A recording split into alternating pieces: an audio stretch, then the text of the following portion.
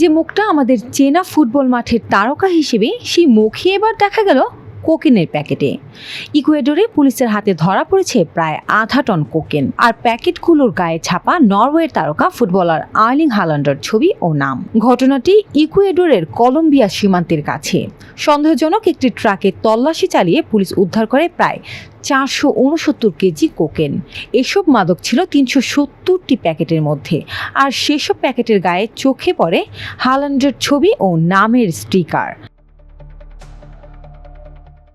এমন ভিডিও প্রকাশ করেছে আন্তর্জাতিক গণমাধ্যম আল জাজিরা। পুলিশের তথ্য অনুযায়ী গোপন সংবাদের ভিত্তিতে প্যান আমেরিকান হাইওয়েতে ট্রাকটিতে অভিযান চালানো হয়। পরে মাদক উদ্ধারের পাশাপাশি ট্রাকের চালক সহ 2 জনকে আটক করা হয়। কিন্তু প্রশ্ন হলো, কোকেনের প্যাকেটে কেন হাল্যান্ডের ছবি? এখন পর্যন্ত এর সুনির্দিষ্ট উত্তর দেয়নি ইকুয়েডরের পুলিশ। তবে মাদক চোরা কারবারিরা নিজেদের চালান শনাক্ত করতে বিভিন্ন ধরনের ছবি, নাম বা প্রতীক ব্যবহার করে থাকে। তাই হাল্যান্ডের ছবি ব্যবহার করাও কোনো ধরনের কোড বা চিহ্ন হতে পারে বলে ধারণা করা হচ্ছে। আর্লিং হাল্যান্ডের কোনো সম্পৃক্ততার তথ্য বা অভিযোগ পাওয়া যায়নি। তার ছবি কেবল মাদকের প্যাকেটের গায়ে ব্যবহার করা হয়েছে।